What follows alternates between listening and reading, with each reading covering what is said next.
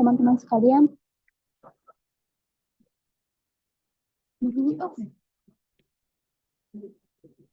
maaf, kami ulangi. Di sini kami akan mempresentasikan materi identifikasi masalah retensi. Namun sebelumnya kami ingin mengucapkan terima kasih kepada Ibu Dr. Sri Rosita SEMM selaku dosen pengampu mata kuliah Manajemen Talenta dan Kepemimpinan. Dan kepada teman-teman sekalian, kami mengucapkan terima kasih juga karena telah bersedia hadir pada perkuliahan hari ini. Sebelum masuk ke materi, kami akan perkenalan anggota kelompok kami terlebih dahulu, di mana saya sendiri, Tresya Angelina Menalu sebagai moderator, dan rekan-rekan saya ada Gita Trina Pandiangan, ada Jelita Betsheba, Nadia Stefania Hutaurus, Ruth Valentina Samosir, dan Sri Rahayu Sinaga. Tanpa berlama-lama, kami akan masuk kepada materi pertama dengan pertanyaan mengenai identifikasi masalah retensi di perusahaan PT Kereta Api Indonesia. Kita ketahui bahwa setiap perusahaan itu pasti memiliki masalah-masalah dalam perusahaannya. Nah, salah satu masalah ini adalah masalah retensi. Dalam upaya mempertahankan karyawan, mempertahankan kualitas karyawan juga, di sini PT Kereta Api menghadapi berbagai tantangan yang dapat mempengaruhi retensinya. Nah, memahami masalah-masalah tersebut, PT Kereta Api Indonesia ini sangat penting untuk merumuskan strategi yang efektif untuk menyelesaikan masalah tersebut. Di sini masalah retensi talenta di PT KAI yang dapat kami identifikasi di beberapa aspek. Yang pertama itu mengenai keterbatasan jenjang karir, di mana terbatasnya kesempatan promosi dan pengembangan karir ini akan membuat karyawan merasa kurang berkembang dalam perusahaan tersebut. Aspek yang kedua yaitu keseimbangan kerja dan hidup. Beban karyawan yang tinggi, beban kerja itu yang tinggi, dan kurangnya fleksibilitas waktu kerja dapat menentukan kepuasan kerja dalam perusahaan tersebut. Untuk materi selanjutnya akan dijelaskan oleh rekan kami, Nadia. Baik, terima kasih saudara Tresya. Saya akan melanjutkan jawaban dari beberapa pengembangan strategi yang dapat dari PT KAI. Selanjutnya itu ada kompensasi dan tunjangan. Keterbatasan dan dalam remunerasi dan kompetitif dapat menyebabkan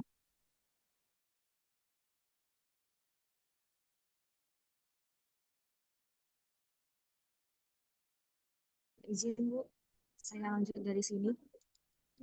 Recording in progress. Izin Bu.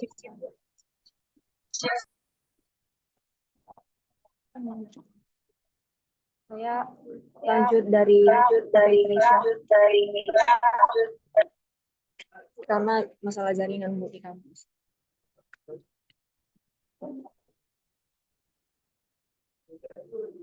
Baik, udah langsung aja. Baik, saya akan melanjutkan tentang kompensasi dan tunjangan. Keterbatasan dalam remunerasi yang kompetitif dapat menyebabkan karyawan beralih ke perusahaan lain yang menawarkan gaji lebih tinggi dan tunjangan yang lebih baik. PT KAI harus memastikan bahwa paket kompensasi sejalan dengan standar industri, terutama untuk mempertahankan talenta unggul. Selanjutnya itu ada budaya kerja. Budaya organisasi yang terlalu birokratis, yang tidak inovatif, bisa membuat karyawan, khususnya generasi muda, merasa tidak termotivasi. Lingkungan kerja yang lebih dinamis, inklusif, dan kolaboratif dapat mendorong karyawan untuk lebih berinovasi dan berkontribusi. Selanjutnya itu adalah pengembangan SDM. Minimnya investasi dalam pelatihan dan pengembangan keterampilan karyawan bisa membuat mereka merasa tidak ada peningkatan profesional. PT KAI harus memperkuat program perkembangan sumber daya manusia, baik melalui pelatihan internal maupun eksternal, untuk menjaga motivasi dan keterampilan karyawan yang tetap relevan. Baik, materi selanjutnya akan dijelaskan oleh rekan saya, Sri Rahayu Sinaga.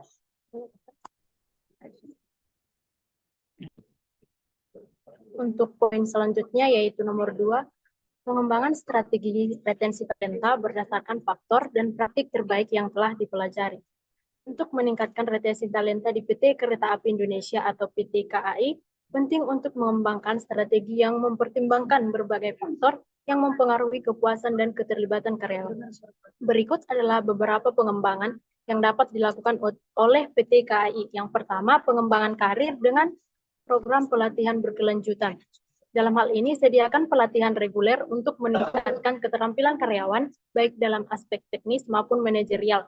Yang kedua, jalur karir yang jelas dengan membuat skema promosi yang transparan dan komunikasikan peluang karir kepada karyawan untuk memberikan motivasi. Yang selanjutnya, lingkungan kerja yang positif dengan budaya kerja yang mendukung. Ciptakan lingkungan kerja yang inklusif dan kolaboratif, misalnya melalui kegiatan team building. Yang kedua, fasilitas kerja yang memadai dengan pastikan lingkungan fisik dan fasilitas yang nyaman untuk meningkatkan kenyamanan dan produktivitas. Untuk materi selanjutnya akan dijelaskan. Terima kasih kepada Sri Rayu. Di sini saya akan melanjut, yaitu bagian C, keseimbangan kerja dan kehidupan. Fleksibilitas waktu kerja. Tawarkan opsi kerja fleksibel untuk membantu karyawan menyeimbangkan tanggung jawab kerja dan kehidupan pribadi. Yang kedua itu program kesehatan dan kesejahteraan. Implementasikan program kesehatan seperti olahraga bersama dan konseling kesehatan mental. Yang ada bagian D, penghargaan dan pengakuan. Sistem penghargaan yang transparan program menghargai kerja kontribusi karyawan secara kala. Yang kedua itu umpan balik positif. Berikan umpan balik konstruktif secara rutin untuk menghargai pencapaian dan membangun motivasi. Untuk materi selanjutnya dibawakan oleh teman-teman. Baik, di sini saya akan membacakan tentang bagian 4, yaitu keterlibatan karyawan. Yang pertama itu survei keterlibatan yang dilakukan survei untuk mengukur tingkat kepuasan dan keterlibatan karyawan secara berkala serta tidak lanjuti hasilnya. Dan yang kedua, saluran komunikasi terbuka, yang dimana untuk membangun saluran komunikasi yang memungkinkan karyawan menyampaikan ide dan keluhan secara langsung. Poin yang kelima yaitu peningkatan kompensasi. Yang pertama, revisi gaji secara berkala, yaitu pastikan gaji dan tunjangan kompetitif dengan industri dan evaluasi secara berkala. Dan yang kedua, tunjangan yang menarik, yaitu tawarkan berbagai tunjangan seperti tunjangan kesehatan dan pendidikan untuk meningkatkan kepuasan karyawan. Baik, materi selanjutnya akan dibacakan oleh teman saya, Jelita.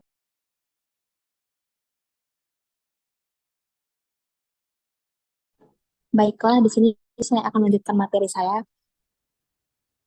Materi selanjutnya ada inovasi dan keterlibatan dalam proyek. Proyek inovatif melibatkan karyawan dalam proyek inovatif yang memberi mereka kesempatan untuk berkontribusi dan menunjukkan kreativitas. Yang kedua ada program intrapreneurship, mendorong karyawan untuk mengembangkan ide-ide mereka dan memberikan dukungan untuk implementasinya. Yang kedua, program loyalitas karyawan, di mana program loyalitas karyawan terbagi menjadi dua. Yang pertama, program loyalitas yang menarik, mengembangkan program loyalitas yang memberikan insentif bagi karyawan yang bertahan lama, seperti bonus tahunan atau pengakuan khusus.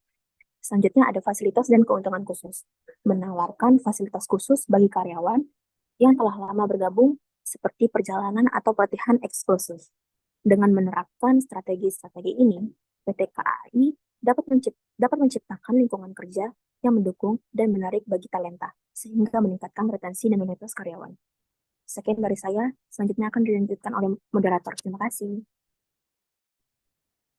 Baik, terima kasih kepada seluruh pemateri. Demikianlah hasil presentasi kami mengenai identifikasi masalah retensi pada PT Kereta Api Indonesia. Jika ada kesalahan selama presentasi, kami mohon maaf. Sekian dan terima kasih, kami kembalikan kepada Mas.